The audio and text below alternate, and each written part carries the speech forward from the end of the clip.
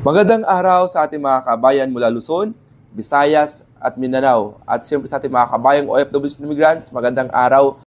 Isang malagim na trahedya nagkaroon ng pagsabog sa Mindanao State University MSU sa Marawi City noong ika-3 ng Disyembre 2023. Ang pagsabog na ito ay isang trahedya na kinasawi ng 4 na tao na nagresulta ng pagkasugat ng 47 iba pa.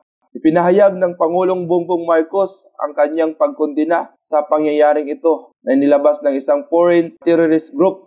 Ayon sa mga ulat, ang pagsabog ay naganap sa loob ng Mindanao State University habang sinagawa ang isang misa. Ang salarin sa likod ng pagsabog ay sinasabing kasapi ng isang foreign terrorist group.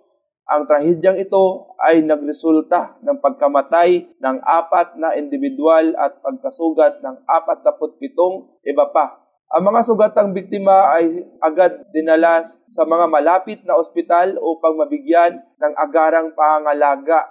Kinondena ng Pangulong Bongbong Marcos Jr. ang ginawang terorismo ng foreign terrorist group na sa likod ng pagsabog sa Mindanao State University. Ipinahayag niya ang kanyang paikiramay sa mga pamilya ng mga nasawi at nasugatan. Bilang Pangulo, pinangako niya gagawin ang lahat ng kanyang makakaya upang mahuli, mapanagot ang mga salarin sa likod ng trahedyang ito. Ang kanyang pagkondena ay nagpapakita ng determinasyon at pangalagaan ang kaligtasan ng mga mamamayan.